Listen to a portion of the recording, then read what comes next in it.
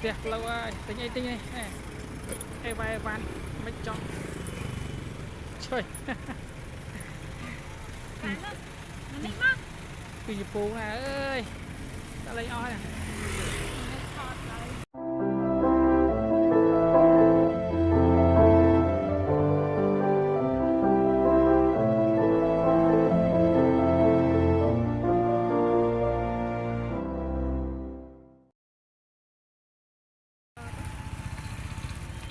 Áo vô, áo vô. Stay high.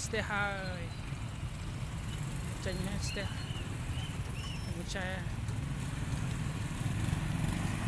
Stay low. Màu chanh ấy. Cái đồ chắc lái mà không gì đâu mà. Ở toàn cụm nữa mấy. Màu ấy, màu pram. Cùi cham chưa được tiền. Stay high. Màu rồi. Tama khơi nè.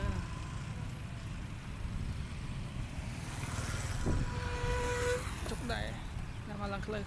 Stay. Đừng chạy ra.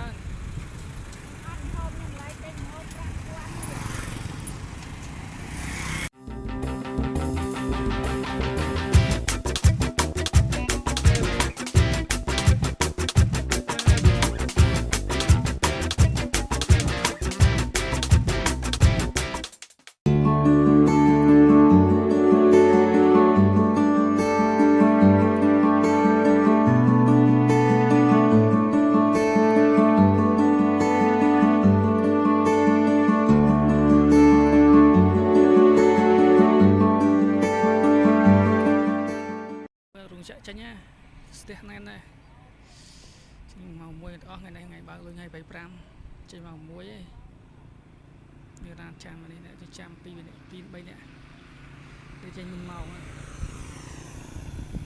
sẽ là lan qua phút, ta lụi qua chưa,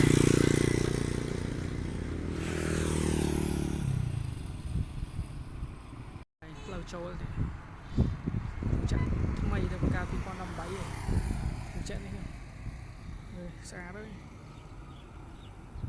đâu bỏ sai, cha này, cha mình ra chanh mực mau này, đây cô đã chanh mực mau cái chanh kèo kia này, chung dạ, chú thế là này lại cô cha mà là này. Chám ơi, cây chám, đừng xem mà nói em.